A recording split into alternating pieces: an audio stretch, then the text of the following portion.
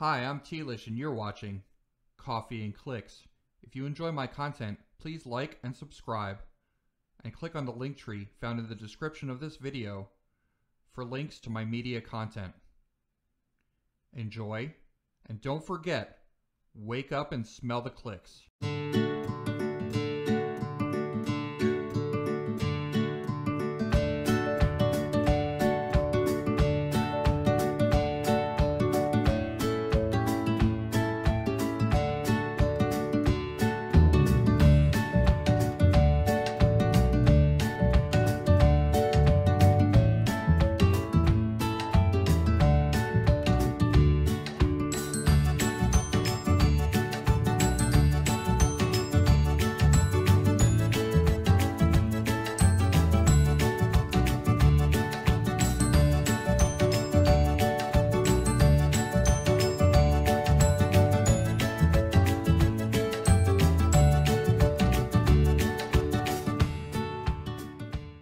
Hi, I'm Tlish and you're watching Coffee and Clicks. Today we welcome Colin Bell, Matthew Ventura, Nick Streif, David Newmark, and the Coffee and Clicks Epilepsy Foundation Charity Tournament champion, Jared Lloyd. So welcome, Team Secret Invasion. How are you guys?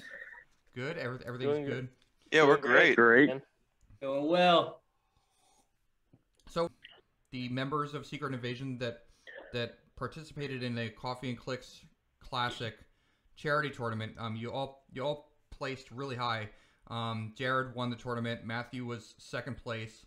And we also have David Newmark, who is a member of Secret Invasion as well. He was not a participant in the Coffee and Clicks tournament, but he is here to also talk about another tournament that's coming up that he is organizing. So, David, if you don't mind just talking a little bit about your upcoming in-person tournament. I think it's an in-real-life tournament, right? Yeah. So, with the pandemic hitting everybody hard, I know everybody has been itching to get back to an in-person event for Clix. So I figured, this was the right time where we could execute this safely. And, I really had this, vision to do this for a while, but couldn't really find the right time for it. And, to be honest with you, a lot of the feedback that I received from people that I spoke to had said that the tournaments that they go to weren't varied enough. There wasn't enough other events to participate in, and there wasn't enough, social activity. So I figured this was a good place to test all of this out to see if, it really is what people want. And, I'm just trying to give all of the Clix players what they've been itching to do. So it's been quite the long road of planning so far, and a lot of dollars and time spent. But it's called the Clix Cup. It is being held July 22nd to July 25th at the Hyatt Regency in Orlando. Registration opens up on Monday and will continue over for the next month after that. And we're really looking forward to it. We have tons of people that have messaged me, and as well as my head judge is Joe Pangrazio, who is the owner of Clix Nexus, and a ton of people have messaged how much interest there is, and we're expecting the event to probably be close to full, if not full, by the time registration's closed. By full, I mean how many people is the are you expecting for the tournament? So here's what I wanted to talk about, actually. So I had decided to open up the wallet a little bit more to get a very large banquet space. So we have 9,000 square feet in the Florida Ballroom at the Hyatt Regency, which pre-COVID could hold, in a classroom-style setting, which is what we're doing with the longer tables, about 450 people. With COVID, their guidelines are at about 225. I wanted to play it extra safe, and I set the cap to about 100. But after speaking with the team over at the Hyatt and whatnot, even 125 people is well under the CDC guidelines. So, initially I'm going to open it up to about probably 80 to 100 players, and if there's still a demand after that, we can go up. I feel comfortable going up to about 120 to 125 because I already have dozens and dozens of people who, say as soon as event, registration opens up, they're ready to go.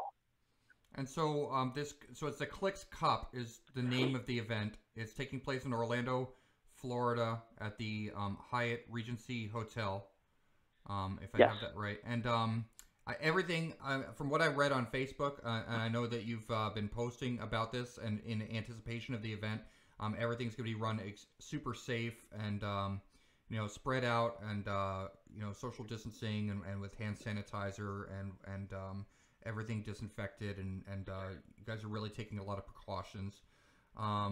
Also, it seems like a lot of fun. I see that you have a lot of different events lined up. I mean, what would you say is the aspect of the event that you're most excited for? To be honest with you, I am very excited to see how, the difference between the more casual styled events, which are Thursday night and Sunday, versus the actual competitive events, because, that's a lot of the criticism that I've got. Apart from battle royales, let's say Origins or Worlds or whatnot, there's not many other tournaments to compete in that aren't ultra competitive, like Team Sealed and Modern 300. They're both very competitive, right? So, you have people who still want to travel and play in a tournament, but they don't want to play, an ultra competitive tournament, or they want to play in both. So I'm excited to see what people think about that. And also, the banquet portion of the event on Friday night, there is a very, very nice banquet catered by, the head chef of the hotel. So it's a, very highly rated place, and we're going to have some entertainment there. I have, some guest speakers lined up. I have some fun contests and giveaways and things like that. And again, once again, that's all being done safely, to CDC guidelines. But that part of the event, I'm also looking forward to, because, HeroClix is as much a community as it is a game, especially this style, where you have people that travel for events and things like that. It's more of a tightly knit community. So in previous events, if you go to Origins or, Worlds or whatnot, once the tournament's over at 5 or 6, you're kind of on your own. So I want to give players an outlet to get to know each other a little bit better, and that, have some fun with each other that isn't purely just playing. Yeah, I think the community aspect of it is really exciting. I mean, that's something that I love about HeroClix, is that it's not just a game; it's also a community. That sounds really good. Are there any other details about the tournament that you wanted to talk about? I mean, how much does it cost to enter the tournament? So we have actually different levels. There's several different levels, and I would defer, whoever it is, to like our Facebook page, because all of the event details are posted there. But the base level is 100. I believe it's 175. I don't have it in front of me right now, but that includes entry, into most of the tournaments, as well as some free gifts and things like that. But the real value is when you add in the banquet for only like a third of the cost of what it actually costs us, and then it goes up from there. So, you could be all in on the weekend. Too, right? It includes the room, or? No, that does not. Yeah. Oh, so the room, so you're going to be spending between, for the event itself, you'll be spending between 170 and 250 for the entire weekend. The rooms at the Hyatt are generally about $209 to $219 a night in summer, with a resort fee and with the parking fee. I negotiated them down to $139 a night with no resort fee, no parking fee. So there's, some very affordable rooms. And if you're rooming with anybody, it becomes a trip that, is just as affordable as Origins or Worlds or anything that you're at. Yeah, I mean, that sounds really exciting. Definitely the first big HeroClix in-person event that we've seen in quite a while. So I'm really excited for that. Thank you for organizing it. It sounds really absolutely cool. Absolutely. And can I say real quick, for anybody who doesn't know David or who hasn't been to one of his events, he runs the Thanos Cup sometimes at Origin in the past. And here locally in Orlando, he'll put on like win-a-bricks, win-a-cases, and they're always the best run events So it's going to be like, it's not just like some guy renting a room and saying, play HeroClix. It's going to be a well-run event that David always does super well. Yeah, David, I know you're well known in the community, and also you're here because you're part of Team Secret Invasion, right? You guys are all part of the same team. You're all part of Secret Invasion, and you guys are based in Florida, right? You guys are based in Florida. Yeah. Everybody's in the Orlando area. Mm-hmm. Yeah. So yeah, one other thing I wanted to add real quick is we also have several $1,000s prizing at the event as well. And several $1,000s have also been spent on judging and resources and things for the event to run smoothly. So, it's it's an event that I'm actually paying partially out of pocket for. So I'm going to have a net loss on this event. Unless magically 150 people show up, but I'm going to have a net loss just to see how this goes for the first year. So maybe in the future we can run, more. Absolutely. Yeah. Well, thank you, David, for informing us about that and promoting that event. I think it's going to be really great. I'm really looking forward to it. Absolutely. Hey, thank you as well. And good luck with the podcast, guys. Thanks, Dave. Talk to you later. Thanks, Dave. See you, man. Take care, guys. Bye now. So now we're here with I'm glad that David came on and promoted his event, the Clix Cup, and in Orlando, Florida. And now we have the rest of Secret Invasion, who were all members who all participated in the Coffee and Clix Classic charity Epilepsy Foundation charity tournament, which was the format was CUR, Commons, Uncommons, Rares, Pauper. CUR Pauper. That was the format of the Coffee and Clix tournament that just recently happened in January. So we have Colin, Matthew, Jared, and Nick. Jared won that event. I believe the four of you all placed very, very high in the event.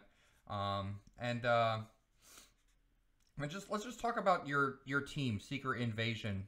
How did that come about? Like, what started Secret Invasion? I can answer that if you guys don't mind. So basically how it happened was like, we've all been playing HeroClix for a long time, but I think it was 2017, Nick and I were roommates and we started going to just our local comic shop Friday nights and playing. And Jared and Matt at that point had already been going to that comic shop. So we just started, playing against them. And, like the first year Nick and I were going there, we were not competitive players at all. But Jared and Matt were the kind of guys that if you were matched up against them, you took the game a little bit more seriously because they were some of the better players there. But eventually, I guess Matt and Jared felt the same way, because eventually one night, like I said, after about a year of us going there, me and Matt had played, and it was a really close game. Matt, correct me if I'm wrong, but I think it was the game where we both were playing like X-Men. You were playing Shifting Focus Deadpool, and I was using the Mighty Thor Rainbow Bridge map with Professor X to try and mind control you into the unavoidable damage. But it didn't work and you won. But anyways, Matt and I had just played, and he leans over to me right after we play and he goes, "Can I ask you something?"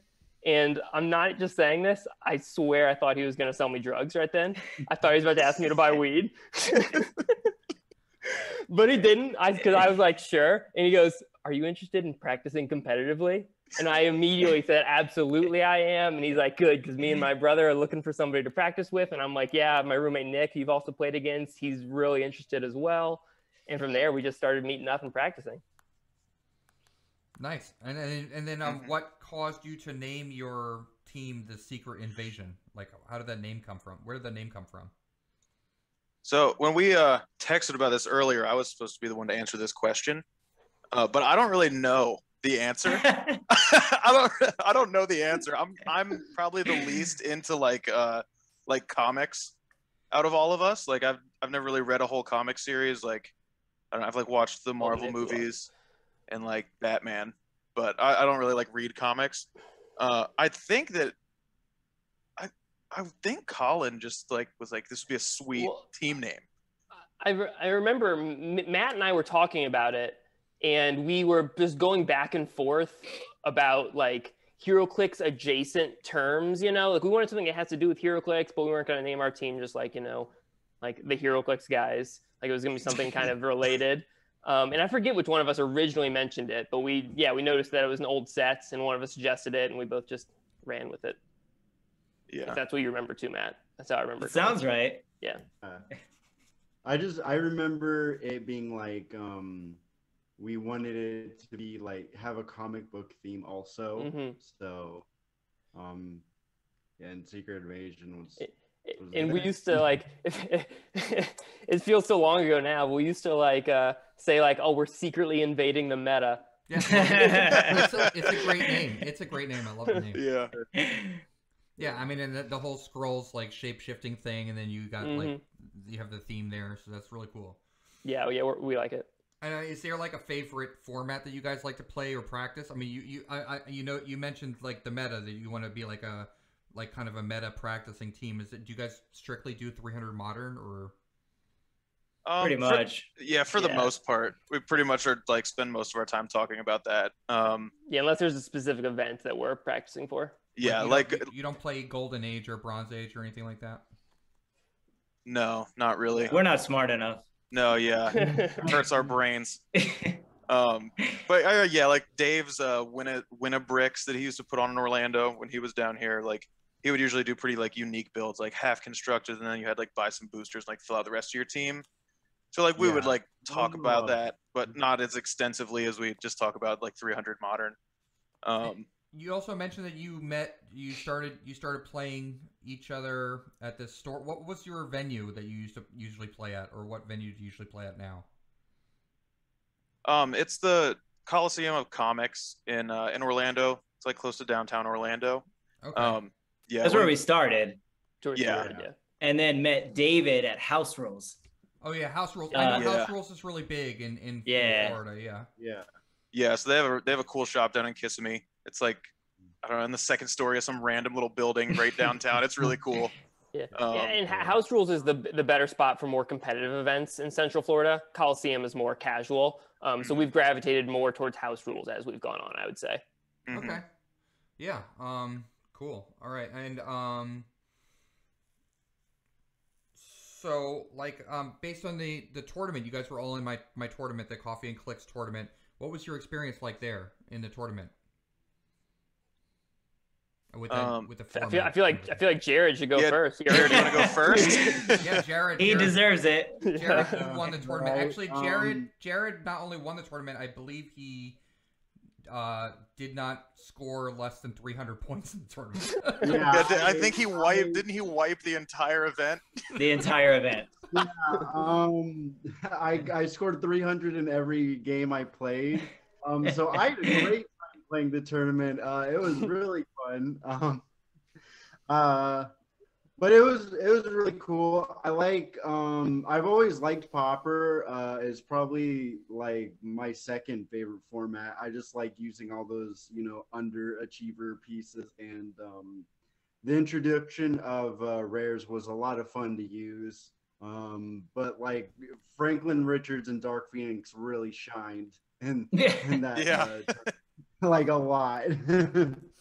Yeah, I mean, I think if I were going to redo, I was talking about this with some of the participants in the tournament, that if I were going to make the tournament again, which I might sometime down the road, but if I do, I want to stick with the CUR Pauper format just because I thought it was interesting, but I might ban Dark Phoenix, or I might just say no 2x2 figures at all. True, you could do that, or like one rare. But even then, like Franklin Richards becomes like the man then, like in that format. Like I don't know. Yeah, I mean, there's going to be a meta in any format you do. At some point you have to decide where do I draw the line. Mm-hmm. And the no 2x2s is, I feel like, a pretty common rule that a lot of people include when they're doing like Golden Age events or Silver Age events or whatever you want to call it. Yeah, although I think the other 2x2s in the format are fine. I mean, Nimrod's fine. Onslaught's fine.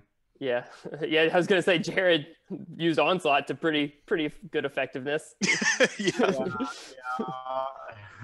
A good old Onslaught, but Onslaught was already good in Pauper because he's an uncommon. So Yeah. Like always a thing. Yeah, and with the new rules, like he's getting even better. Well, kind of. Can't really in cap or anything, but I don't know. But yeah, he's really good too. So did All right, anybody have any really close matches in the tournament, or like times when you were like not sure of the outcome, or standout moments, maybe standout moments in the tournament? Yeah, so in pod play, the third game I played, I was already 2-0. So I was just kind of winging it. I was playing like Justice League team.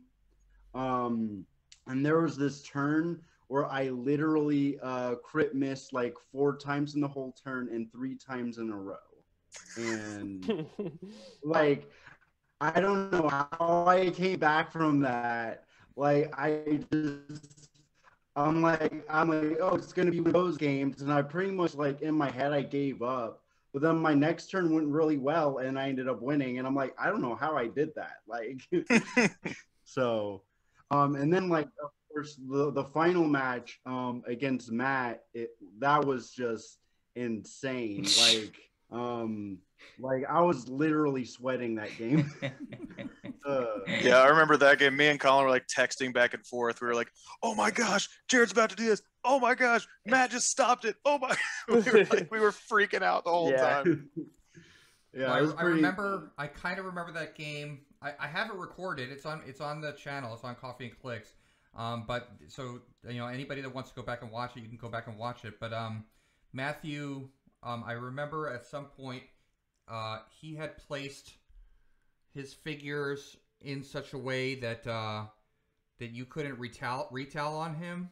I tried to. It was risky. It didn't work out. And then like there was like a mix-up in the way you placed your figures because of the WWE ring, and so there was a mix-up of like, could you place it on that because it has to be either all in, or like a 2x2 figure had to be all in or all out of the ring, Mm-hmm. and then like so that was like a mix-up, but then like so you try to place everything, and then Jared came over and he's like, I'm gonna move what did you have, Magneto? And then I had Magneto run over and just like move Mary Jane like 1 square over, and then I'm like, okay, here's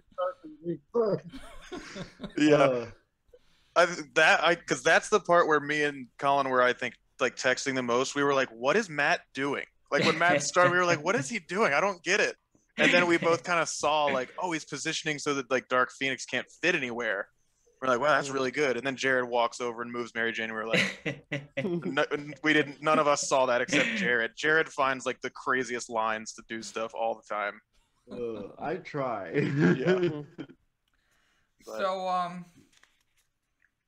let's see. And also I think before I move on, I just want to talk a little bit more about the tournament. Nick, Jared, and Matthew were all playing non-theme, right? But Colin think so. Colin had an interesting team. He was playing Justice League. And how did you do it? How did you do with that team? I mean, so I did well. I went 3-0 in my pod, and I won all the games pretty handily. Before I get too far into it, though, I do have to give Matt the credit for that team. That was his build, not mine. I went so back and forth on what I was going to play on that in that tournament. I had like a 50 builds. I couldn't settle on one. Then Matt sent me that Justice League team, and I was like, yes, this is what I've been looking for. And so I just ran it. So yeah, shout out to Matt for that. But yeah, I made it to top 8 and lost to Matt, so I'm happy with how I did. Yeah, I think you were the only non-top 8 team. The team from top 8 that did not have Dark Phoenix on your team. Yeah, that's an accomplishment. Not surprised. Yeah, for real. I had the starter Flash. He was my way to deal with opposing Dark Phoenixes. That Flash is insane, especially now with the new rules. He's even better. Yeah. No.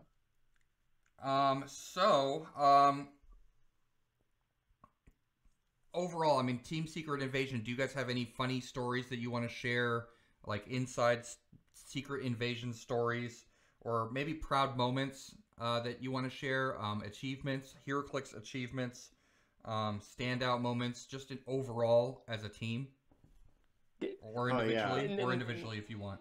Nick, are you going to talk about Harley Quinn, or am I?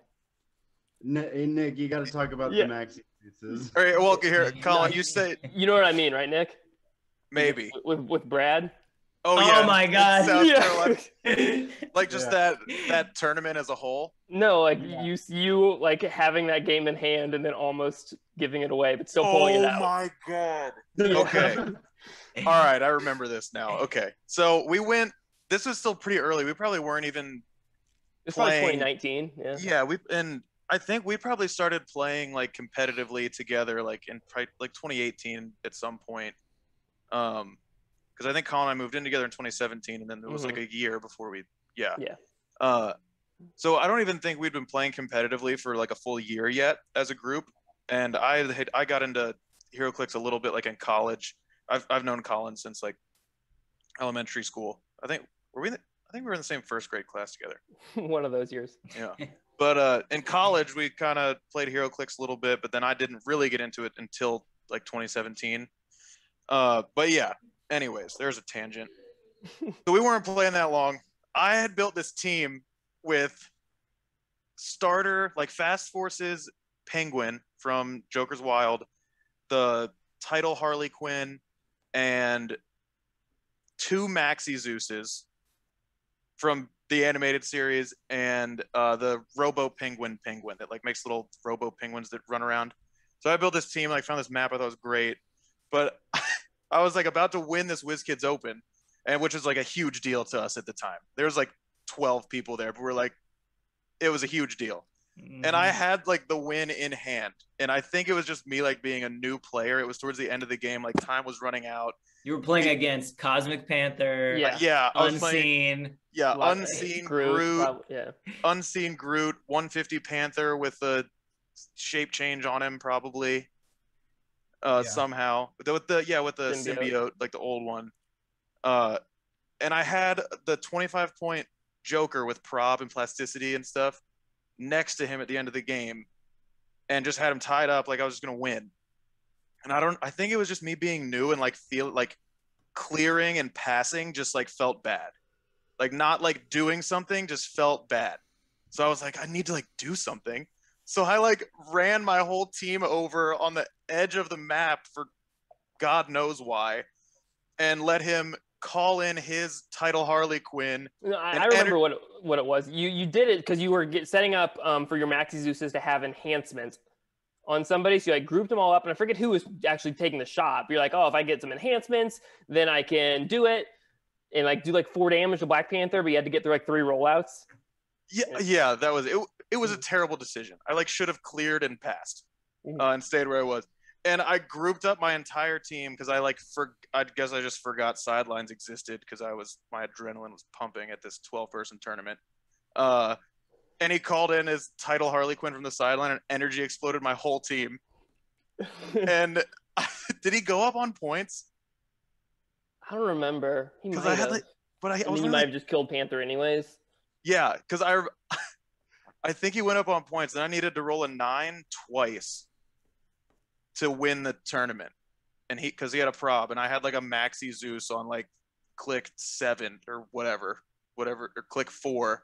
Somebody who had like 9 attack, and I needed to roll a 9 twice, and I did it, and I won. Wow, that's great.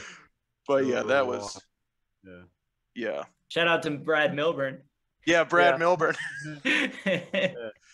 So yeah, that was fun. But and I get going off like proudest moments. I think one of them was I think at that tournament maybe I think all of us made the top cut. Yeah. Because I think you're exaggerating a little bit when you say 12. I think there's closer to 20 people there. I blacked out. I don't remember. And that was the second time we went to South Carolina, so I think it was a little bit farther along in our career. Because the first time we went, like I don't think you were running Maxi Zeus. I think it was before the animated series. No, the first time we went was a few months after we kind of really got into playing competitively, and I ran full point Unimind. Oh yeah, right. Yeah, and that was a terrible idea too. But I like didn't know how to pick a team. I was like, I'm just gonna run one piece. Yeah. So what were you playing on that Maxi Zeus team? It was Maxi Zeus and 2 Harley Quinns, or? So it was 2 Maxi Zeuses, 1 or 2 Kite Men, Fast Forces Penguin, the Robo Penguin, Title Harley Quinn, Common Joker from the animated series. Right. Okay. And maybe something else. It was like a plus 10 or 11. And the reason the team worked is because of the old Runaways base map. Because the old Runaways base map, and it like the starting area was like was near elevated, so Maxi Zeus could like sidestep up and put out his little stone harpies. Oh, okay. Yeah, and then I would call in a Storm ID character, Storm ID to like TK a Robo Penguin across the map, and I could get like a Robo Penguin all the way across the map that had like 13 Pensire attack. Pulse Wave. Pensire Pulse Wave with like 12 or 13 attack.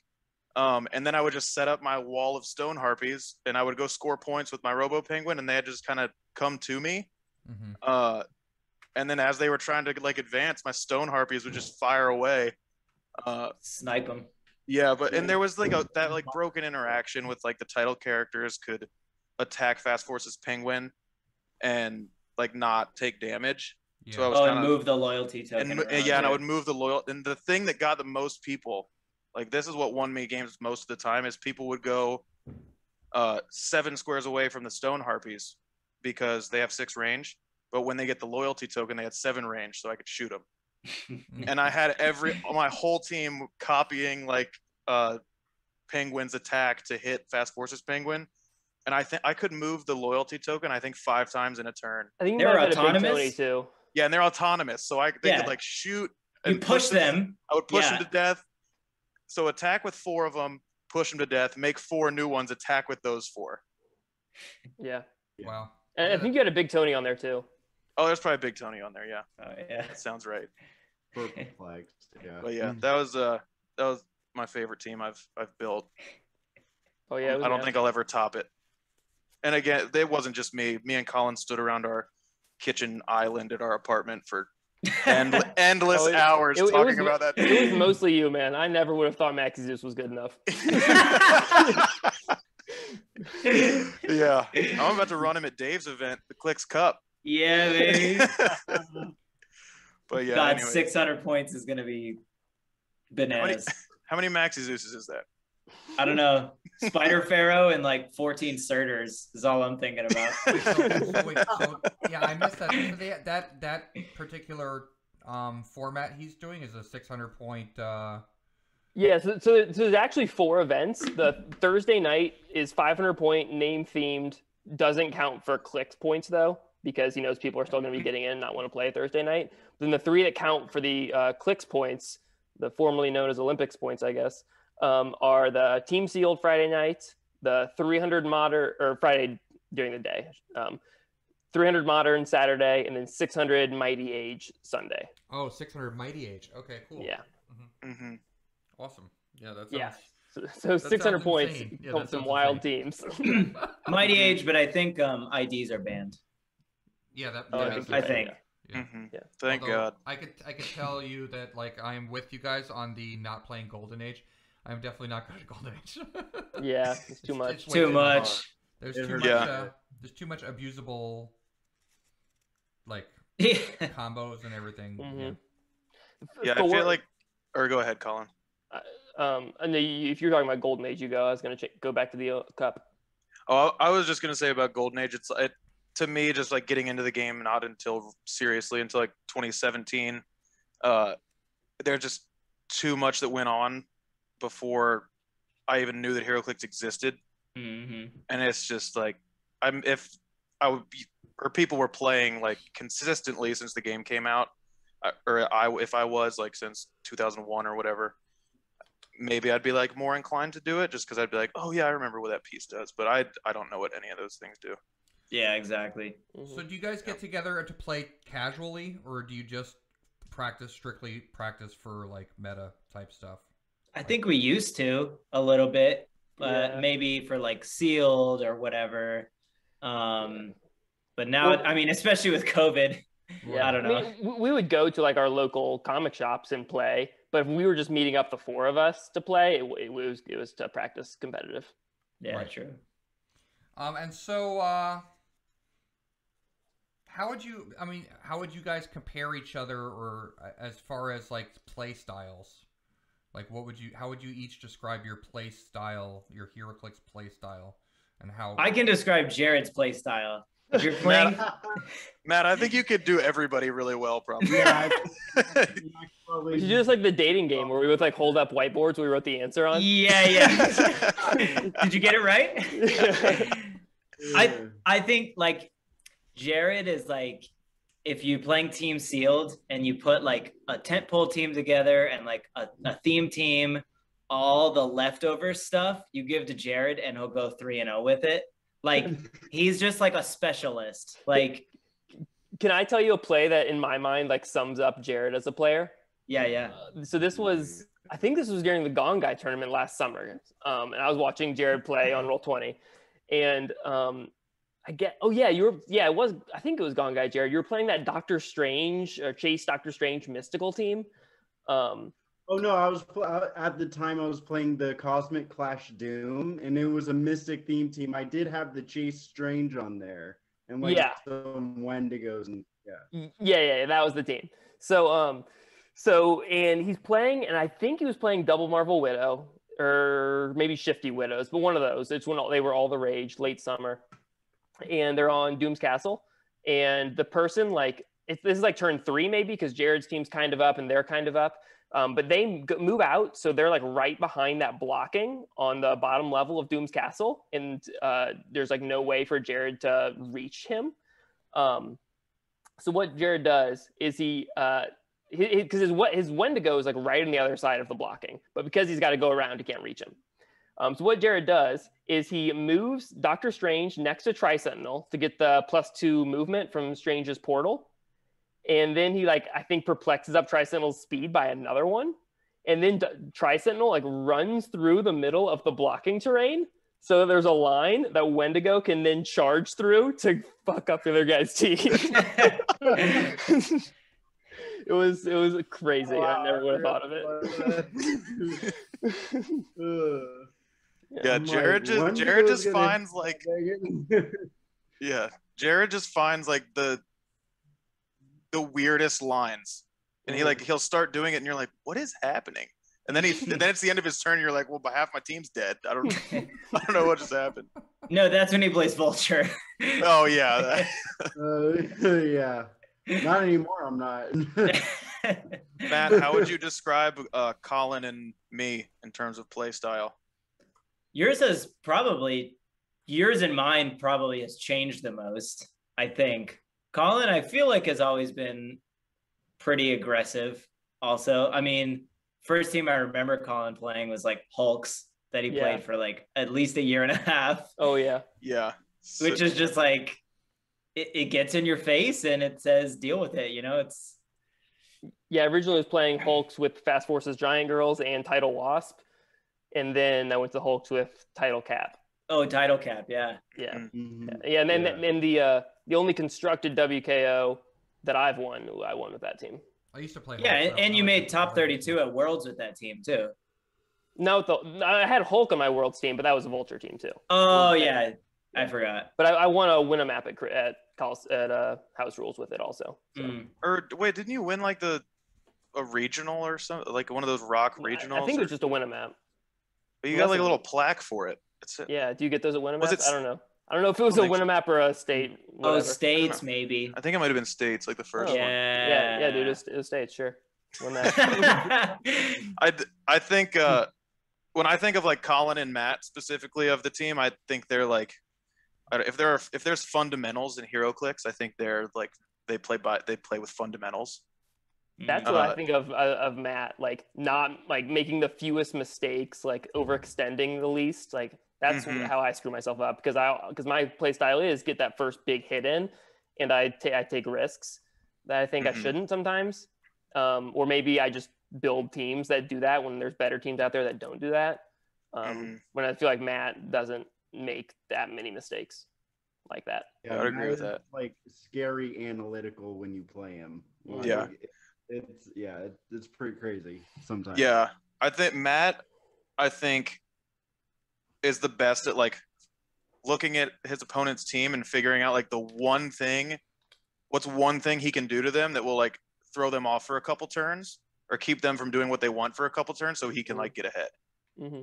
And I think of like at the most recent states where I ran the Super Skrulls, because when Super Skrull came out in Fantastic Four, I was like, well, we're Team Secret Invasion. I need to run Super Skrull for the next 2 years. So I ran like 4 Super Skrulls, Josiah X, and Skrull General. I've heard about that team. Yeah, okay. It was pretty fun. Yeah. It's better after the rules changes a little bit, slightly. But yeah, the Super Skrulls die pretty fast, and like the Josiah X just like makes it kind of work. But I got matched up against Matt the first round, and he was running non-themed Immortal Hulk, a bunch of Retaliators, Valeria Von Doom when she was could like do ping damage offensively, and I like had a pretty good setup, and I felt pretty good, and I think I had 3 Super Skrulls left. We might have been tied, or I might have been winning or something. And I'm like, oh, I'm like good to go. I got 3 rollouts. Like everything's fine.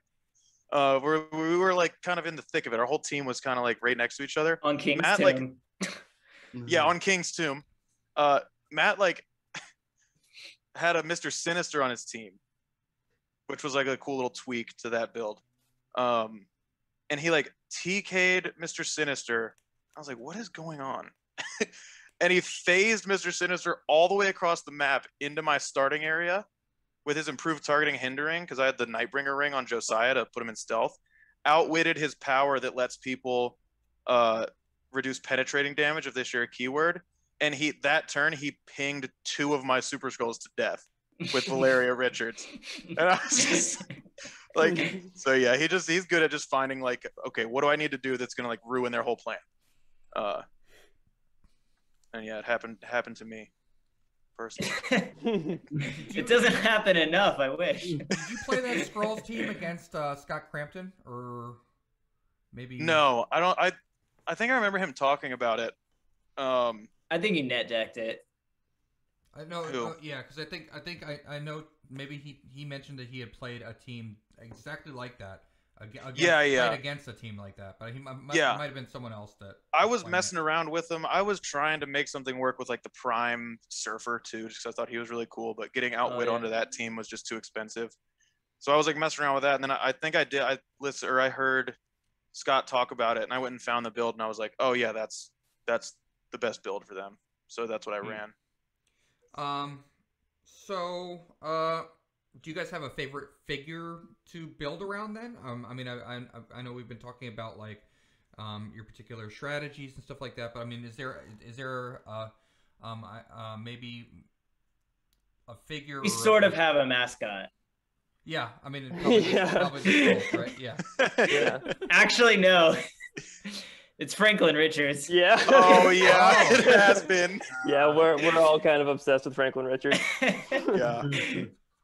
Like since he's come out, we've all run him at least like half of the tournaments we've played in.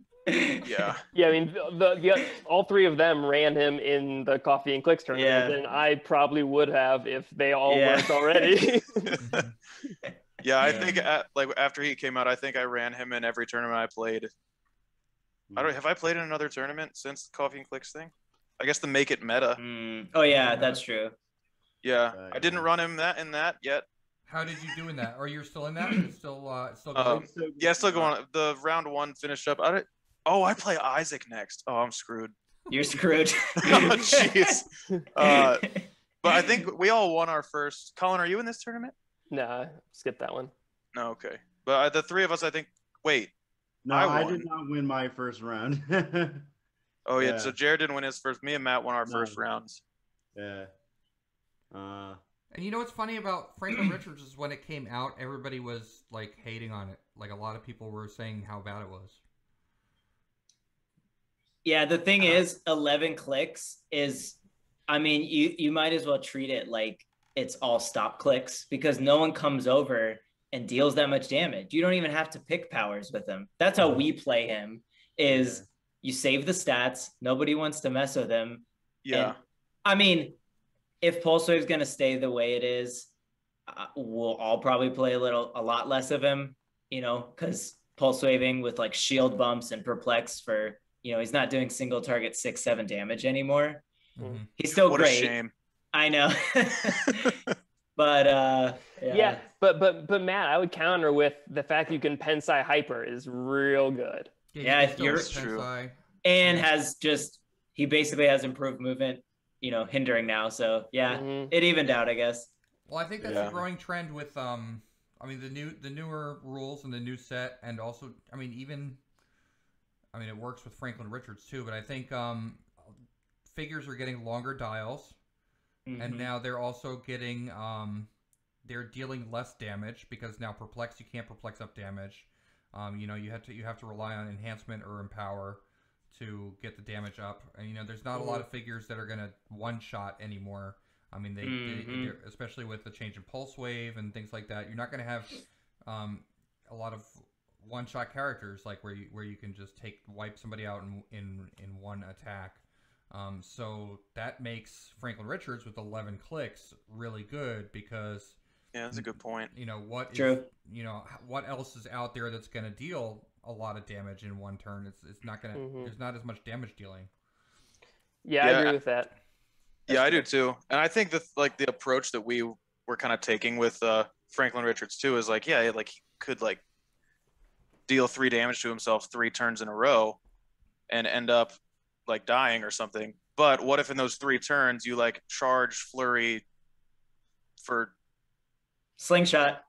charge flurry slingshot and Yeah, because on Team attack Secret 3 Invasion, by the times. way, Yeah. on Team Secret Invasion, Franklin Richards is 70 points because you play him with the WWE ring. Yeah, so Yeah. yeah, because with him, if you pick slingshot and charge flurry, he could by himself one turn a Danger Room Magneto. Well, knockback rules. Well, you still did Yeah, knockback now damage, knockback rules he can't, but But yeah, back so pre you know, errata on Valeria, it was even nastier. it was nasty. Yeah. Yeah, you could one turn a widow. Yeah. Well, yeah, one A shot chase a widow. Yeah, Yeah. pulse waiver for 6 and With all her bring her tokens back still. through Valeria and she dies. Yeah, it was the good old days. Yeah. But yeah. Now the meta is just crazy. Like all of us feel overwhelmed with like we don't even have much practice with House of X, and there's already 2 more sets that have dropped insane stuff. I mean, like Jared's been building with like Scarab, like Colin is building with like the new flashes on Justice League. Like it's just so crazy with the last 3 sets that have dropped. Yeah. So what, I mean, that was my next question actually for you guys was you know what's your opinion on the Wonder Woman set and what's your opinion on the new rules changes that have come with that are coming with the Wonder Woman set that we've now seen the powers and abilities card and the rule book as it is in the Wonder Woman starter set. Any opinions on that as far as the rules changes or the set itself, Wonder Woman? I just want WizKids to clarify what 1+ means. Yeah. Unfortunately, we know what it means. It's just but okay. Go ahead, Jared. It's just frustrating because, like, okay, you think it means 1 or more, but then you read something like the Secret 6 trait where it says they get a +1 attack if they attack a character with 1+ shared keywords. I think that's how it is. 1 plus characters with a shared keyword. Yeah. So if it is like 1 or more, then if you only target 1 character, do you still get the +1 attack? Because don't they just share keywords with themselves? I don't know. It's weird. That's weird. So I think like overall with the new rules, I'm like personally a fan of pretty much all the changes. I think we all are. Yeah. I think they like the game seems to like play a little faster. There's like less of those little like micro decisions that you have to do. Maybe we won't have such bad headaches after tournaments. Who knows? The only change that I like am like not a huge fan of is the knockback damage. Same. And Yeah, that's the only one. Just because I like when there's rules, or like if you're trying to like teach somebody the game, you can explain a power like, oh, like just think about it, like with knockback. Oh, you like punch them and they fly into the wall, that like hurts, right? Like whenever there's interactions that like make sense logically, and I just think that one kind of just doesn't, which is why it kind of frustrates me. Also, exploiting knockback damage is fun. But yeah. Yeah, I mean, I've heard the argument that like knocking somebody back the 3 squares is really good for positioning, and it can be used advantageously. But I mean, I just like dealing the damage. I think. Yeah. I think we'll all learn. Like we'll adapt to using that strategically, since it's literally a placement game. Like if your guys are in the right spots, like you're better to position to hit or not be hit or whatever. You know what I mean? Yeah, maximize your odds. Yeah. I mean, I'll tell you something though, that Danger Room Magneto becomes amazing because he's so crazy. I think he's got running shot and range combat expert, so he's like a 13 attack with Pensai. Dual target, and then he can knock anybody back 3 squares in any direction that he wants. Or no, is that only... Yeah, I think that's what it is. Because that sounds right. Should work. Yeah, because it probably doesn't say knock them back 1 square, because he just does 1 damage. Yeah, it just says on the, I believe it says on the card, it says he may choose the direction of the knockback. That's all. I think. Yeah. That's all it says. Wow. Yeah, he can really move people around. Like more tempting to put something like demonic on him. Like yank people towards your team or whatever. So I mean, what figures from Wonder Woman are you most excited for? I mean, I heard Jared say Scarab. He's building around Scarab. So right now I've been building with Scarab, and it's a lot of fun. There's a lot of crazy stuff you can do with his him like taking the effect of an object of an adjacent character. There's just, I'm having a lot of fun with him. There's a lot of shenanigans you can do with him. I was thinking. Yeah, that's the thing with him. There's so many options. The liar ring, does that sound right? Or so if you equip somebody with the liar ring and then you stand next to him, it gives him 10 range with mind control from an object, right? Or and outwit. What Jared's been like looking at is like, let's say you're equipping in a character. The character can get TK'd. They could just take a move action. So that's like 6 plus, on average 8 or something, maybe 10. So they're 14 squares out there, and Scarab's targeting from that square. Plus 6, that's like nearly full map reach. Yeah. They're using their outwit from that square. Now it's only 1 damage, but you can do some stuff. Explain that to me again, because I'm trying to wrap my head around that. So you equip a character, you equip another character, and then you TK them out, and you TK them out into the middle of the board, or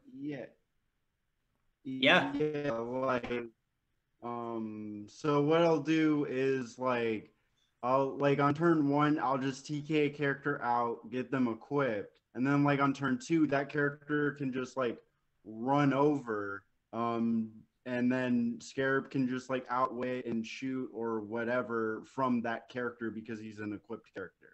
Oh, right. Okay. So wait. Oh, yeah. Does I thought it was just opposing equipped characters. No, it says equipped characters. Yeah, it's nuts. What I was envisioning though was actually an unheld object too, because you can just place objects anywhere on the board. Yeah. So that works too. If I just place 3 heavies somewhere advantageous, and then I could shoot 10 squares from the heavy. It's just with an equipped character, the character's mobile, so it's even more advantageous when you're controlling where it's the targeting's going. And and Jared also on his team that him and I practiced a couple times earlier today, he had Flash Thompson on there. So he's an autonomous sidestep. So he can always go grab an object, move, and then sidestep, drop it somewhere else. And then Scarab could shoot from that square. Who has willpower printed? Yeah, and physical power he's untokening himself, and he's just good. Like, Yeah. just moving next to someone. So I don't have to worry about that either. So it was a lot of fun. Yeah. So I'm having a lot of fun building with Scarab. Yeah, it's a lot of fun. It's a good character. Wait, guys, are we wrong? I think we might be wrong. What? Or well, I think you guys might be wrong. Yeah, this is the first time I thought it said opposing character. I'm not. Yeah, sure. I can and bring it up. opposing equipped characters. But I just thought of a workaround, Jared. Oh, Don't yeah, worry. right. You have Flash Thompson with sidestep, right? Just Yeah. TK him out and have him pick up a light object while he moves, and then sidestep to drop the light And then object just wherever drop you. it. Yeah, that's what I was saying. Yeah. No, it does say opposing equipped. Okay. Hey, But- hey, live and learn. But unheld objects. So just have Flash Thompson sidestep to drop it wherever you want him to target from. Mm-hmm. Yeah. All right, we're good. We're still good. Don't worry. mean, boys. So good. What's really cool is that you Yeah. can playtest this stuff on Roll20 before the game comes out. Yep. Yeah. Yeah, our Roll20 rooms are a mess because we're always Yeah. in there like throwing pieces around. Like, Yeah. Yeah. Oh, you guys should use my Roll20 rooms. By the way, I'm trying to promote my Roll20 rooms. You know, the same rooms that I use for the tournaments. During the Coffee and Clix event that I recently had in January. All those rooms are open for the public. So if anybody wants to go in there and use them, I can make you a GM. And they have every token, like most of Modern now is loaded up in there. Many of the sets, if it's not like I think Future Foundation, Fantastic Four, Captain America: The Avengers, a lot of I can't list. I don't know why I'm not thinking of all the sets right now, but a lot of them. And if it's not a complete set, there's a lot of pieces in there that are widely used. You know, like I don't think I have all of X-Men the Animated Series or Star Trek, but I do have like your standard, like your generally mostly used pieces from those sets. And if you do need anything, I can load it up for you. You know, those tokens are great because you can shift double click on them to see their stats, and you can easily pull them in and out of the library.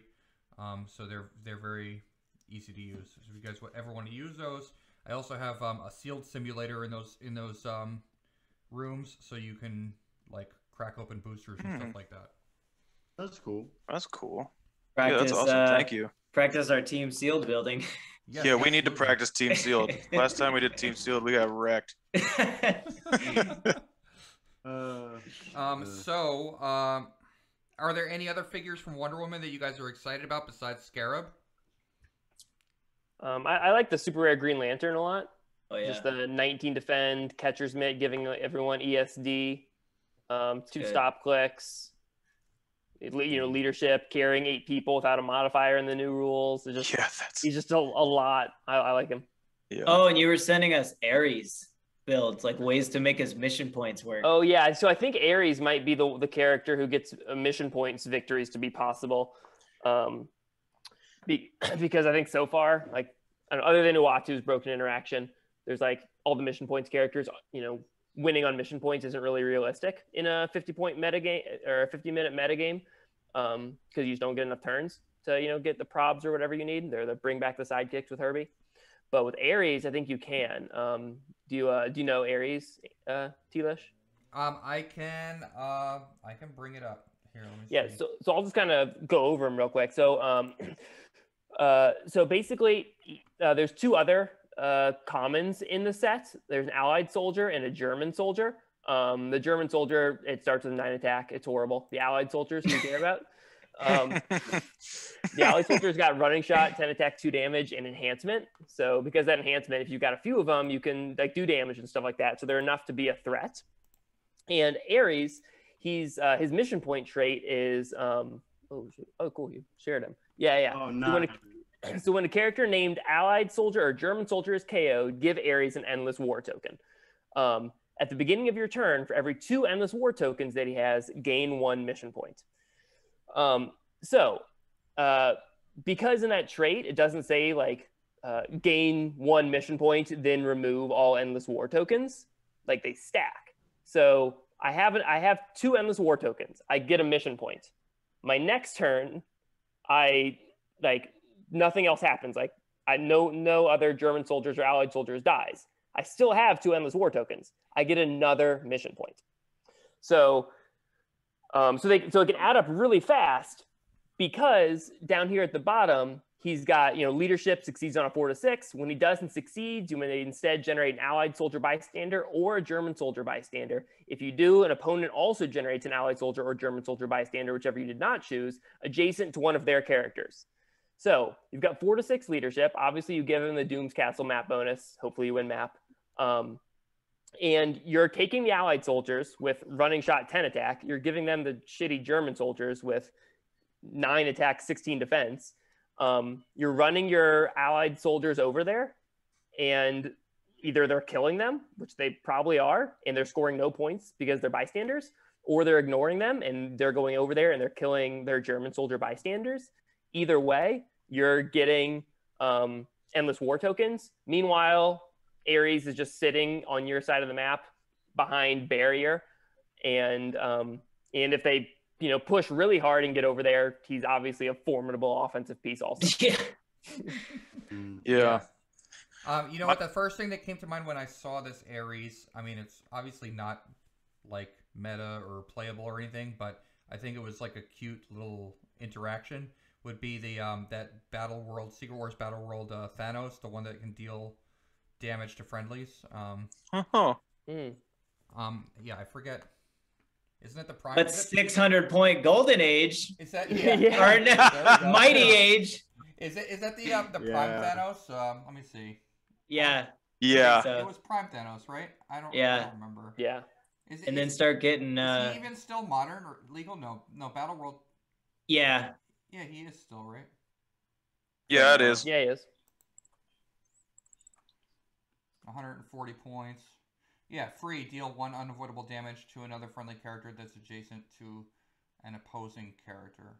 Okay. Oh, all right. So you have to run them up to your opponents. Mm-hmm.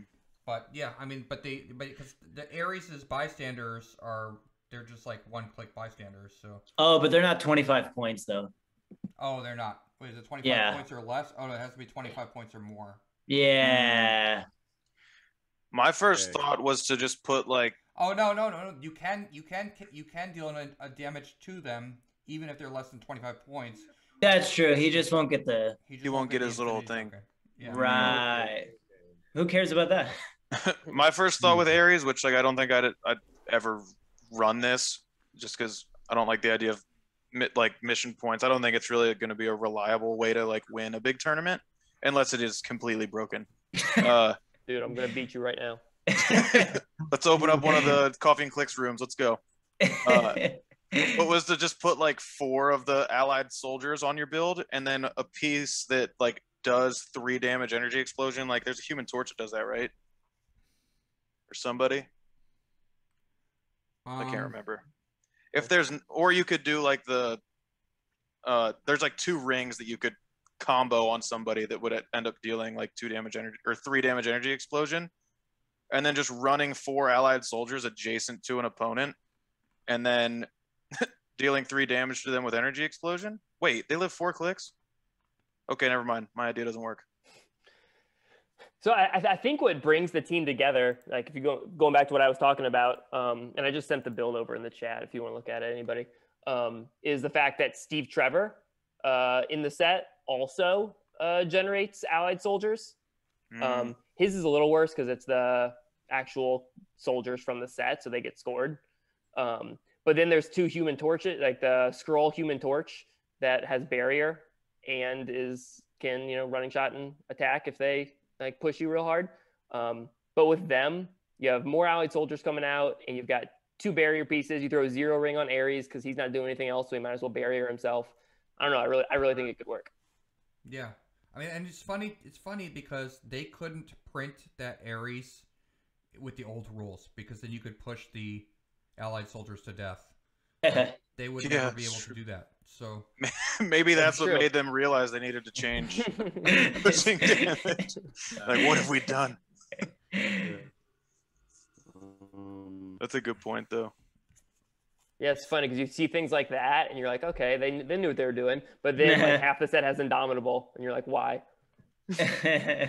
Well, isn't that the new standard like symbol? Isn't that gonna be the new? Oh, are they just giving it to everyone? Yeah, like I think that's just the new standard defense okay, symbol. my bad. Yeah. Makes sense. Wow, dude. How'd you The know that? Oh, sorry. the champ flashes are Yeah. well, it's one character, but you know Right. the 30 point you can pay for more Barry Allen. Let me It's share sick. that. Let's look at that and also look at the Superman, not the Superman, the Lex Luthor Red Sun. We should look at those, the championship. Oh yeah. The one made by my opponent in the next round of Make It Meta.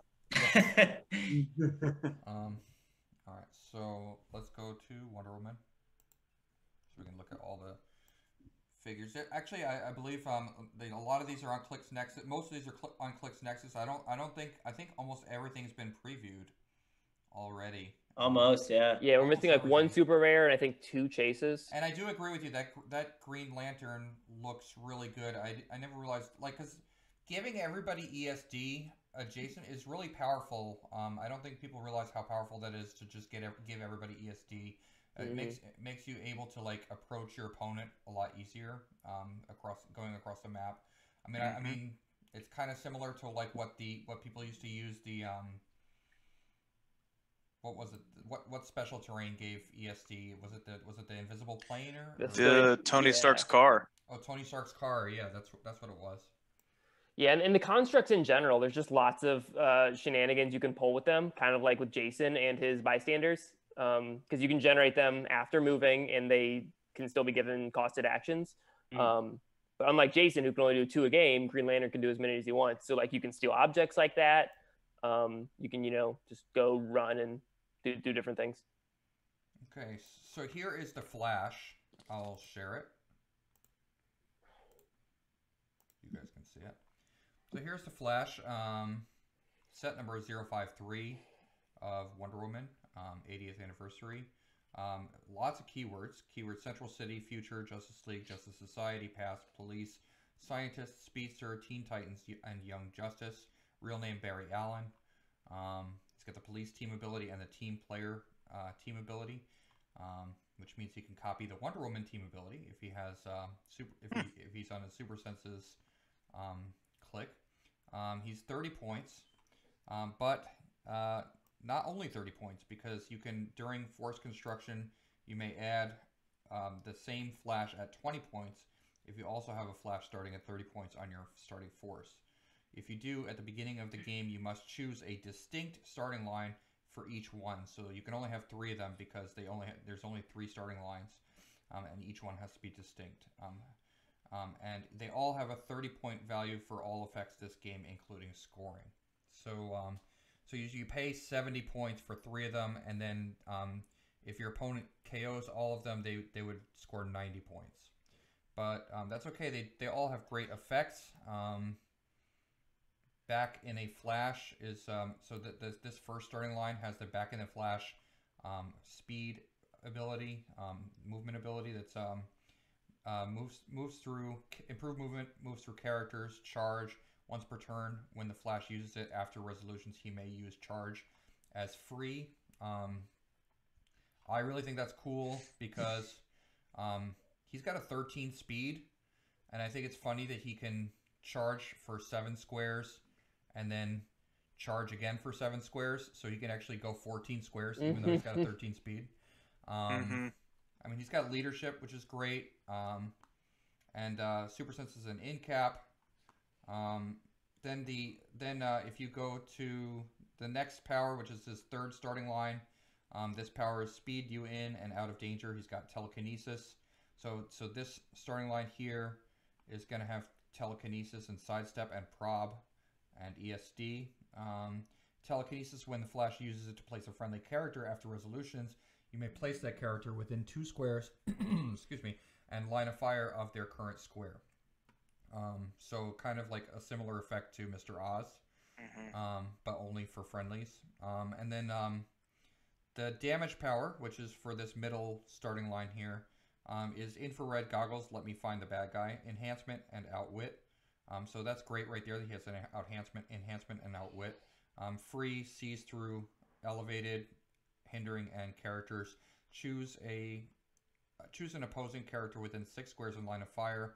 This turn, lines of fire drawn to that character can't be hindered. Which is interesting that they did that even with the change on the change with outwit, but that they did with the new rules changes with outwit. But still, that's a really good power. I mean, I just also noticed that like if you have all 3 of these or even just 2 of these on here, the one flash can TK the other flash 8 squares, and then that flash can charge 14 squares, and he can get 22 squares. Yeah, by himself. Nuts. Yeah. I think probably anytime I'm like building off theme, I'll probably use this flash a lot because of that TK power. Just that extra 2 squares is just crucial. Good. Yeah, and I really I hadn't really thought about it a lot because I was mostly thinking about the 1st and 3rd dials. I like how that damage power is like designed with enhancement and outwit. So like he can outwit somebody that is in stealth, and then I don't know, it's kind of cool. It's like he's telling somebody, "Hey, come over here! Like I found this guy. You can shoot him now." And then he's bumping up his damage. Like I think that's a cool design. Yeah. And what I like is that you choose the starting lines at beginning of game. So let's say 9 times out of 10, you run into for 50 points. You run the leadership and the TK. If you one game, you don't need the TK as much, or you have another leadership on the team and maybe don't need another attacker that game, but you're dying for an outwit. I mean, you go with that. You go with that and one of the other ones. Yeah, and, super flexible. Now you have that. Super flexible, exactly. Yeah. Yeah, he's really cool. That's a great design. So I know there's no relevant pieces in like meta competitive modern age with Hydra, but I do love that he could wildcard to Hydra and get the -2 attack from PD and from Hydra. That is sick. That's funny. He can be Latveria because of past, which is, I don't know if you've heard of Dr. Doom, but pretty crazy. That's the ride at Islands of Adventure, right? Yeah. Oh yeah, and also he could be. I mean, this is not like really competitive, but I just was thinking, he's got the past and future keywords. He could be a horseman of the apocalypse if you need him to. That's cool. Nice. Oh, Yeah. Yeah, I wouldn't hate that. So let's look at the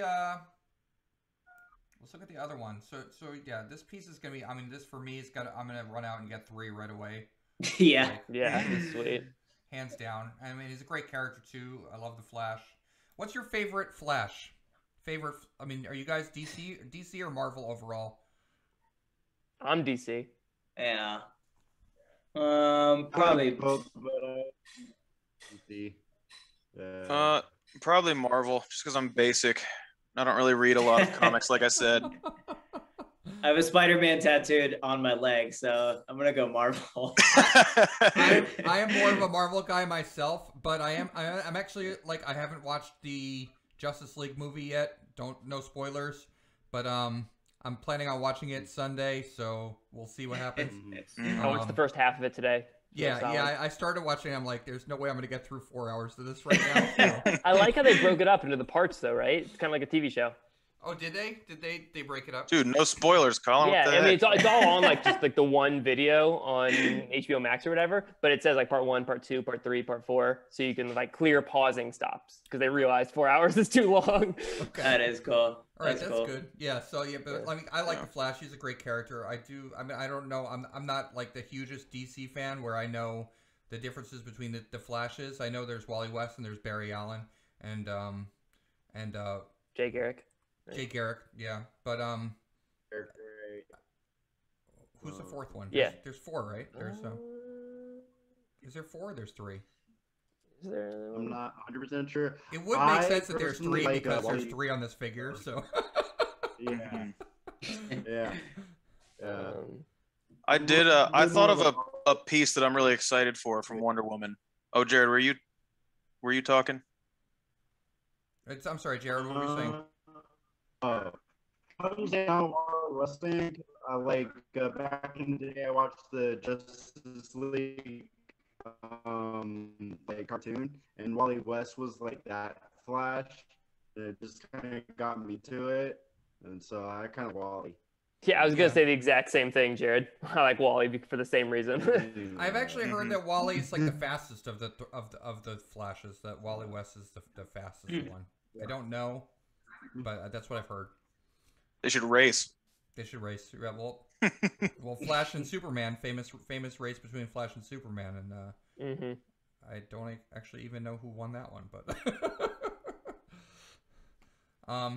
but okay, so let's look at speaking of Superman and the Red Sun storyline. Let's look at Isaac's figure, and then also Nick, I'm gonna get to your figure as well. That you suggest. Yeah. So let's look at Isaac's figure. So, by the way, the Flash, we have to give credit to the three creators of this piece: George Massou, Matt Greshnos, Matty G, and Adam Friedman for designing the Flash. Great job. Well, as long as you're giving credit to them, you need to give credit to Nick and I and our teammate Eric too, because we lost to them during Team World. So we helped them along their way. At that tournament, we got stomped by them. Yeah. So, yeah. You're welcome, George.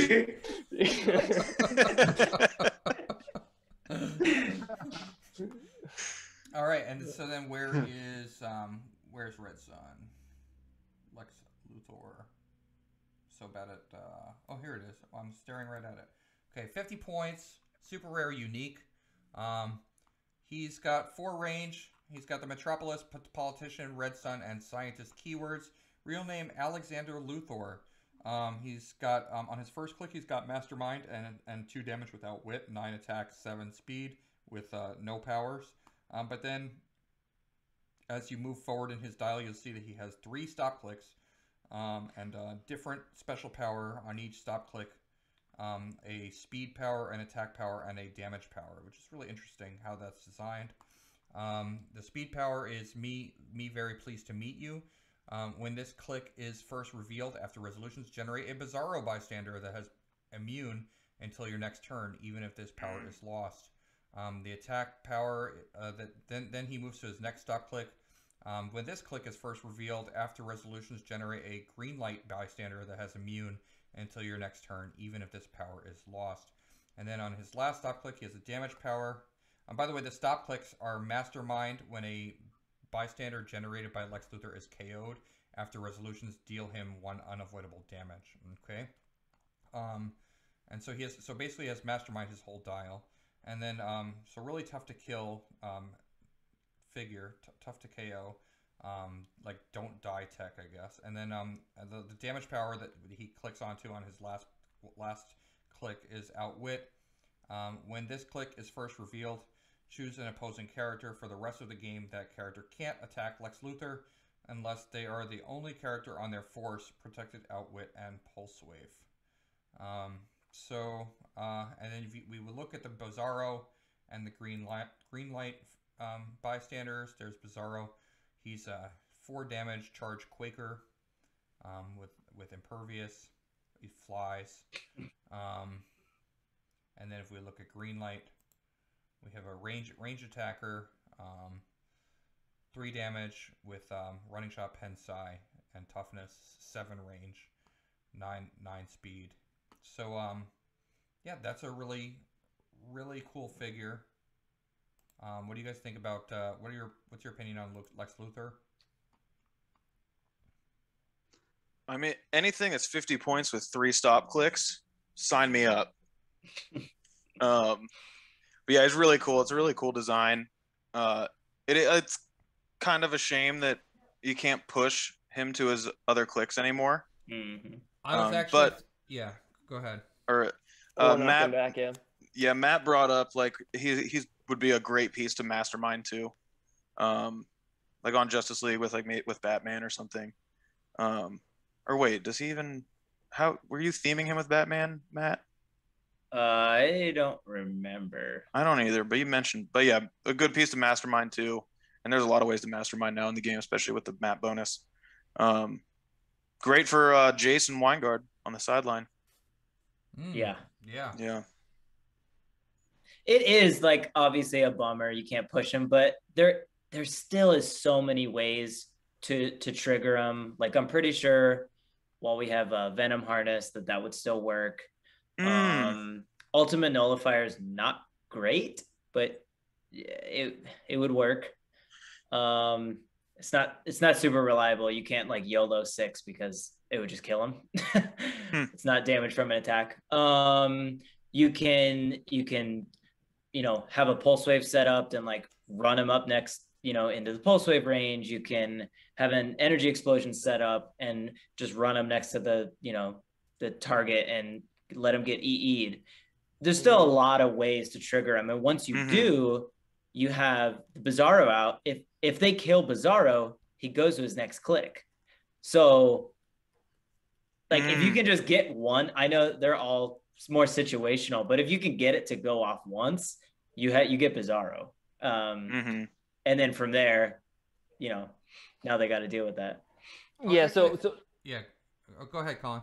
I was just gonna say, like Matt brought up like a lot of the good ways to trigger him. And just if someone is trying to build with him, like what I would point out is that he's scientist and Nathaniel Richards is scientist, so everyone on your team can have energy explosion or pulse wave. True. So you don't have to dedicate a person to like I'm paying 40 points for whatever piece as a trigger Lex Luthor piece because that feels like a waste to me. Instead, you just throw Nathaniel Richards on there, and run Lex next to anybody, and then any of your running shot energy explosion pieces can just shoot the person Lex is next to, and there's Bizarro right in their face and can still take an action that turn. True. The most efficient way is you run the alchemical potion and you wait probably 7 or 8 turns. Hopefully, you just hope to land on energy explosion.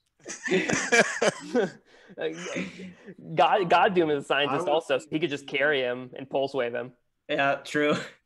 Yeah, that's pretty sweet. Then you've got the Outwit up there too. Yeah, I don't know.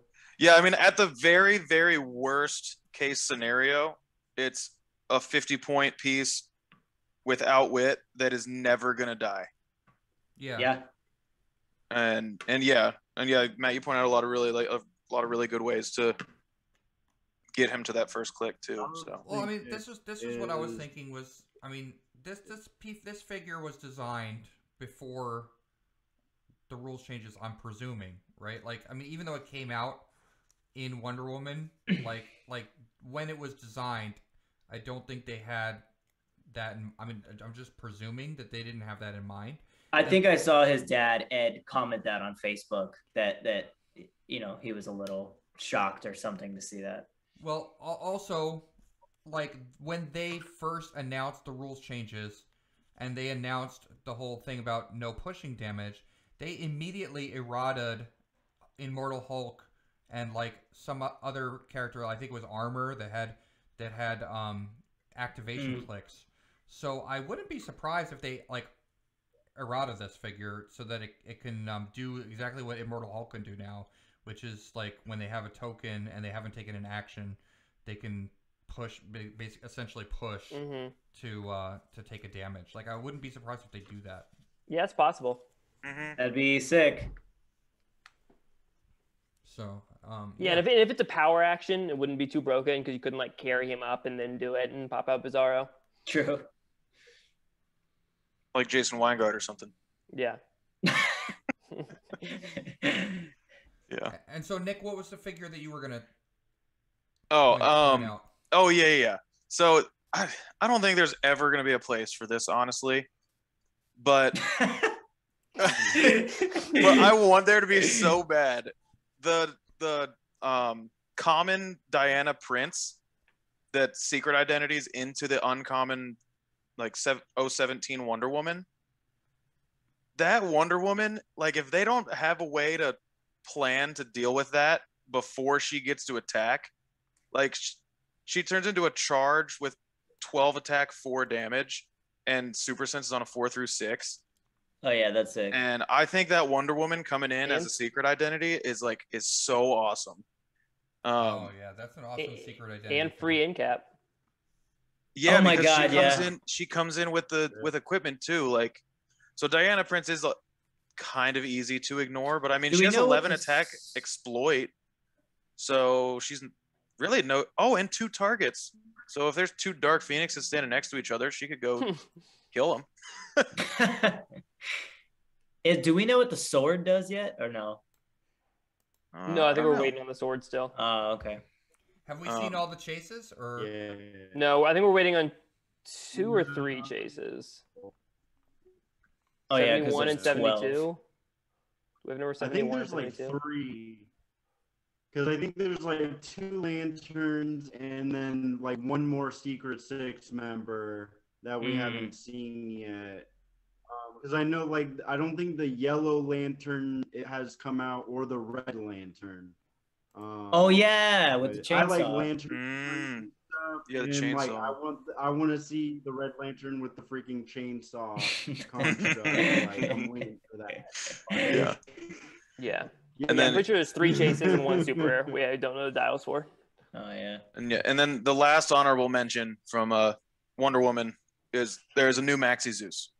So and Colin mentioned this too. He's got underworld team ability, so he could carry 2 other Maxi Zeuses. Oh yeah, man. You got a few months before it rotates. Yeah. yeah? So we're gonna have to bring it back. Bring back the boys. Maxwell Lord, I think there's potential. I'm just unsure about it, but he seems like it could be there. Really? Because he has the I gotta look at him because Which one's he? He does mission points that trigger off mind control, like he's a damage rare, or right? KO. Oh yeah. Yeah, he's a rare. And he yeah, has because you could either use him with Batman, Police, or Jason Ruler. Yeah, exactly. Wow. Or Starro. Yeah, true. Yeah. Yeah. Or like anything that's spy with a liar gem, or I don't know, whatever. Cadmus. Yeah, he's pretty cool. Yeah, it's oh yeah, he has mastermind. You could have him triggered legs. Oh yeah, politician. There you go. Politician. Politician's the new meta. Nice. Theme team, here it comes, man.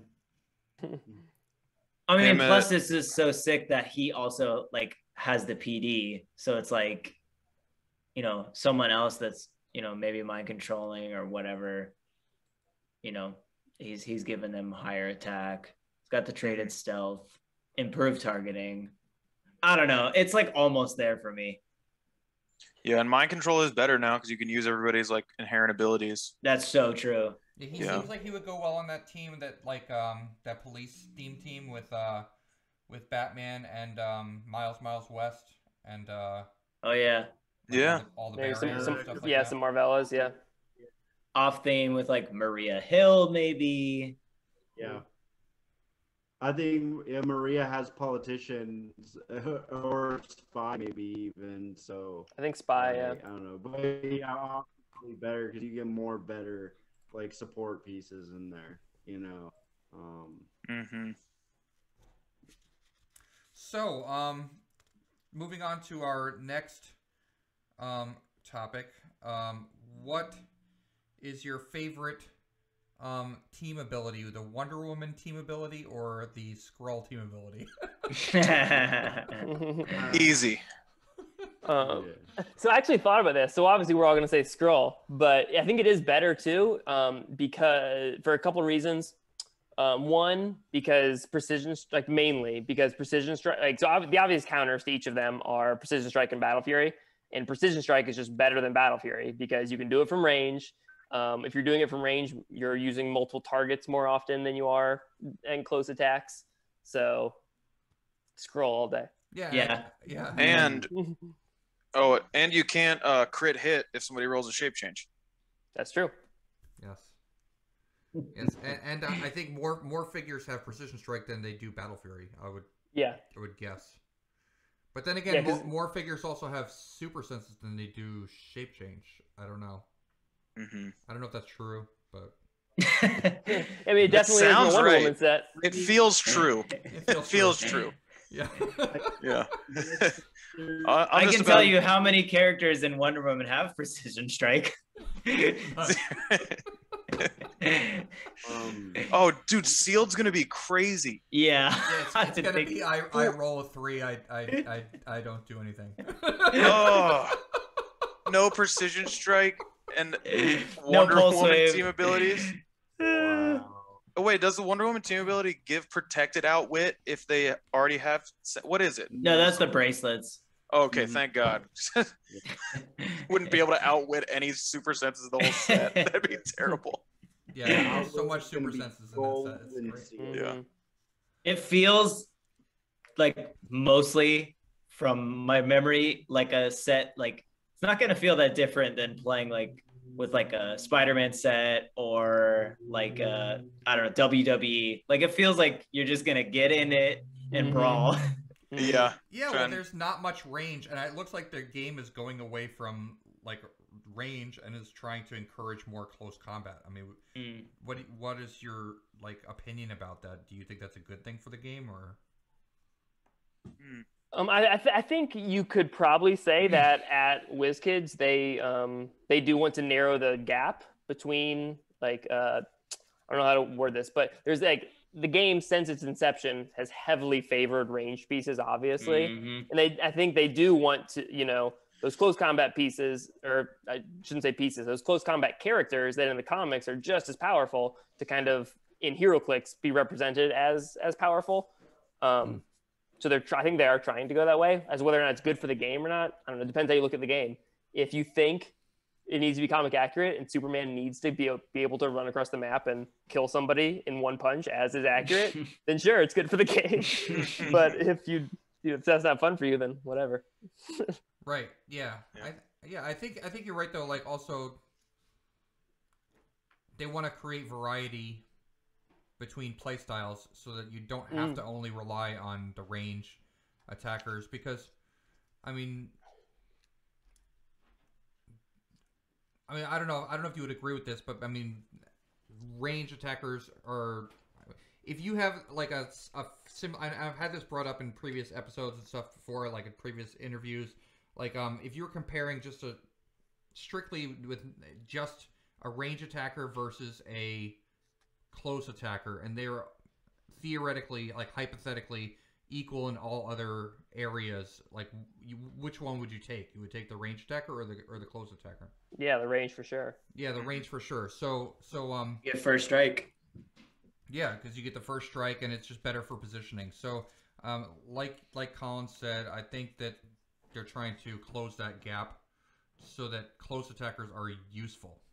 I don't know. I'll tell you what, at this specific time in the meta, like I think a big part of the reason that like it's all, I mean, I shouldn't say it's all range. Obviously, there's close combat pieces that are relevant, but what keeps range dominant is Dark Phoenix. Like if someone's got a Dark Phoenix sitting in their starting area, I have to be able to go kill it. Yeah, you have to have the reach. Yeah. Well, there's this new piece called Diana Prince. She can go kill one. There you go, man. She's bringing close combat back. Charging for 2 damage. Just kidding. Sorry. And then my next topic was going to be, also a very HeroClix related topic. Are any of you coffee drinkers? And what is your favorite coffee? I know Matthew had mentioned to me that he works in the coffee industry. Does anybody want to talk about your favorite coffee? I think Matt is the man you're looking for. Yeah. Go ahead, Matt. I mean, I work at a specialty shop. It was like a weird, like funny process, like getting into coffee and like, learning what was cool and then unlearning all that from one person specifically that I looked up to a lot, and just like unlearning a lot of that and just like not taking it so seriously anymore. Like there's a lot of like science involved and, a lot of dialing stuff in and a lot of knowledge to help you, dial these coffees in. But it also doesn't have to be like you know, douchey or, you know, like at my shop, we don't approach anyone that comes in and asks for like an ice this or that with like half milk and that, you know, we're not like judging anyone either, you know, and I've been to specialty shops like that. But yeah, I mean, these boys have come and visited me, Nick mostly. Yeah, I think other than Matt, who like works in the industry and is like an expert, I'm probably the second most into coffee. I've gotten really into it like the past like 6 months, kind of getting my own little setup at home and like learning how to not just ruin whatever coffee I'm trying to make in my kitchen. So it's been really fun. Like I finally bought like a nice grinder that I didn't realize before how big of a difference like your grinder makes if you're buying like coffee that is fairly pricey and like needs to be made right, like how big of a difference a good grinder makes. I'll buy like bags of coffee from Matt's shop sometimes, but the stuff they have is usually a little out of my price range. I'm on a teacher's salary, so I can swing that like once every couple months. But yeah, there's a shop in Orlando called Lineage that I get a lot of my coffee from.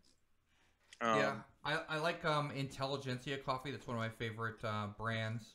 I do have a grinder also, but it's not an electric grinder. It's a hand grinder. I've been using it by hand, which is not very consistent, but it's fun to use. And like you don't actually get the consistency of like the size of the grinds from a hand grinder that you would from an electric grinder. But I think Matt said this very well, that you don't have to be like just because you enjoy coffee, you don't have to be judged for like what type of coffee you like, or you know, you don't have to be necessarily a coffee snob to enjoy coffee. You just you know, it's just something that people enjoy. Or if you don't enjoy it, if you like tea or something else, that's fine too. You know, I started Coffee and Clix, and I named it Coffee and Clix not because I like coffee, which I happen to like coffee, but that's not why the reason why I came up with the name is it just sounded like a good name for a talk show about HeroClix, you know, similar to like like your average like daytime talk show. Or like comedians in cars. Yeah, like almost like comedians in cars. I didn't want to say it because, you know, copyright. Yeah, something like that, you know. So it you know, just like a daytime talk show where you would sit around and have coffee and talk about HeroClix. And you know, really, I just wanted to talk about HeroClix because not only do I like playing, but I discovered that I just really like. There's this kind of like community of like not only being a community and making friends in the HeroClix community, but also people love to talk about HeroClix, to talk about the game. And there needs to be a, you know, I could go on forever. My wife tells me, she's like, you know, you just don't stop talking about it. Yeah, because there's so much. Yep. So I've recently, and this is kind of like a tangent going off of that, or like one of the reasons I think that, I don't know, a lot of us like HeroClix so much. I've been like playing Magic the Gathering a little bit, kind of getting into that. And I was like watching a documentary or something on YouTube because I'm a nerd. But one of the guys was like, he's like, when I find something that I'm interested in, like I want to know everything about it. Like I get obsessive over it. I want to know everything about it. And that kind of like resonated with me. And I was like, I think that's one of the reasons I like HeroClix so much, is because like there's always more to go learn about. There's always more to think about. It never seems to get dry. There's always new interactions, and it's just like fun to think about stuff. It's just fun to figure things out. So I literally text these guys more than my family, more than my wife. Wait, we are your family, Matt. Come on. Yeah, you know what I mean. I mean, I'm sure Jackie and Anna are the same, but all the time my phone is just like going off, and Al is like, "Who are you talking to?" And Yeah, like, you know, it's HeroClix. Like that's always just talking about toys. Yeah. Yeah. Yeah. And that's like really how I've gotten better at the game is just our group chat is going all the time. Yeah. I can't imagine what it's like the who is it? Like the Phoenix Nest guys, they have like 80 people in a Discord. Like, cause there's some, I'll get off work. Wild. Yeah, I'll get off work and there'll be like 70 messages from everybody. And I'm like, I'm not reading all these. Like, you guys gotta catch me up on what you've been saying. Yeah. Dude, they're but I'm text. just like, That's like 2 paragraphs. You could do it. yeah, dude. Like we'll in our chats, like when we're trying, like we'll come up with a team idea, and like the other guys like will be like, I have no idea what you're trying to do with this team, and then I'll like write an essay in the chat, explains everything, and then Nick will be like, okay, this character's here for that, this character's here for that. Now it all comes together, and you're just like, what? And then someone else reminds you can't have Especially 2 primes on the team. Yeah.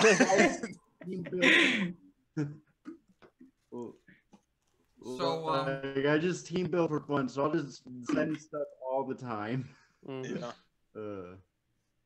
So I mean that's funny. I mean we get the same thing on our group chats. I'm part of Team Pusheen, and we have like a crazy group chat as well. Like it's really funny. It's really funny. And you know, you guys are obviously a close knit team. You know, as Secret Invasion. The you know formed, you know, the Skrulls, Secret Invasion. So here's my last question for you, as a team. Each of you possessing the shape-shifting ability of a Skrull. If you had to shape-shift into, or no, you didn't have to. I mean, you're a Skrull, so you obviously want to shape-shift into another form, and you had to pick another form besides yourself to shapeshift into. Who would you, or what would you shapeshift into? And then also in your HeroClix form, you know, when you sit down to the HeroClix table, what mental form do you shapeshift into? I have the same answer for both. A hawk. Fly around, and then I'm a mental hawk. I don't know.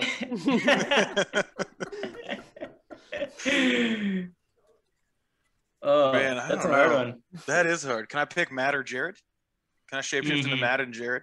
You would definitely want to do David Newmark. Oh, that's true. That guy's got it made. Yeah. Drive the Ferrari.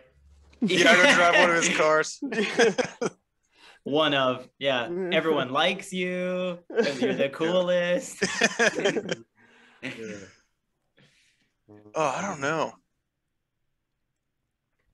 What do you mean by like mental form that we assume? So actually, all right. So let me rephrase this. I mean, this is not. I tried to make it as related to Skrulls as I could. You know, maybe the question wasn't like perfectly worded.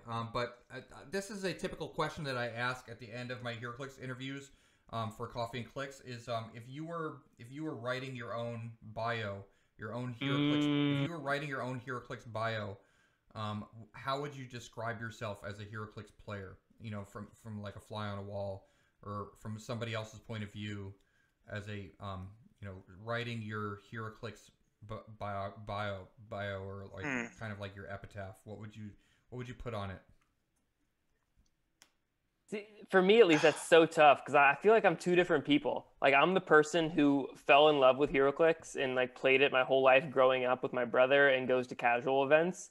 And then I'm the guy who team builds to do mean things and then goes to a WKO and doesn't smile the whole time. Like, I love both. Yeah. I think I would probably describe myself as, I think when I'm playing, I'm like pretty friendly, like pretty fun loving, and like willing to kind of banter with whoever I'm playing. But when it comes down to it, like I really want to beat the hell out of whoever I'm playing. Like, I hope they have fun. Like, I hope they kind of don't realize they lost, you know? Yeah.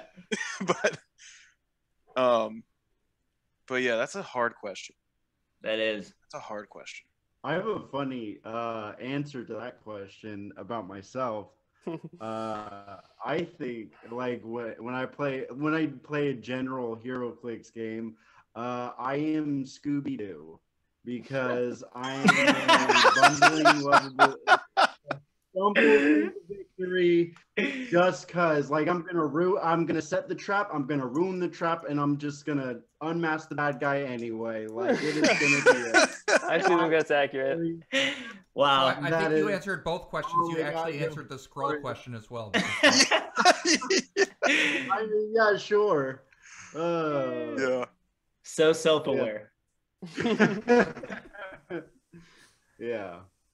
Yeah, that's hard. I mean, I'm like, it doesn't matter if it's, and I know specifically Colin can relate to this, but like, it doesn't matter if I'm playing like the most casual game ever, or I'm literally in the top to like, if I was like at Worlds, it's like this with, you know, the top seat.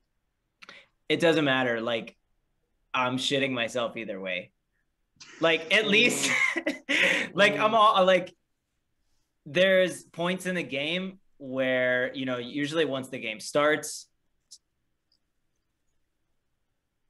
Oh no. Oh no. Your mic. Oh no. Oh, you're back. You're back. Oh, okay. Sorry, we lost you for a few seconds. Yeah. Point being, like I'm always nervous, you know, no matter what, until like the game starts. You get like a turn or two in, and which helps me. Like I need to practice my teams before big tournaments. But I don't know. That question's so hard to answer. It is a tough question. Secret Invasion, thank you for coming on the show. Thank you for joining me on Coffee and Clix. I really I see that you guys are really connected to each other and that you play well as a team.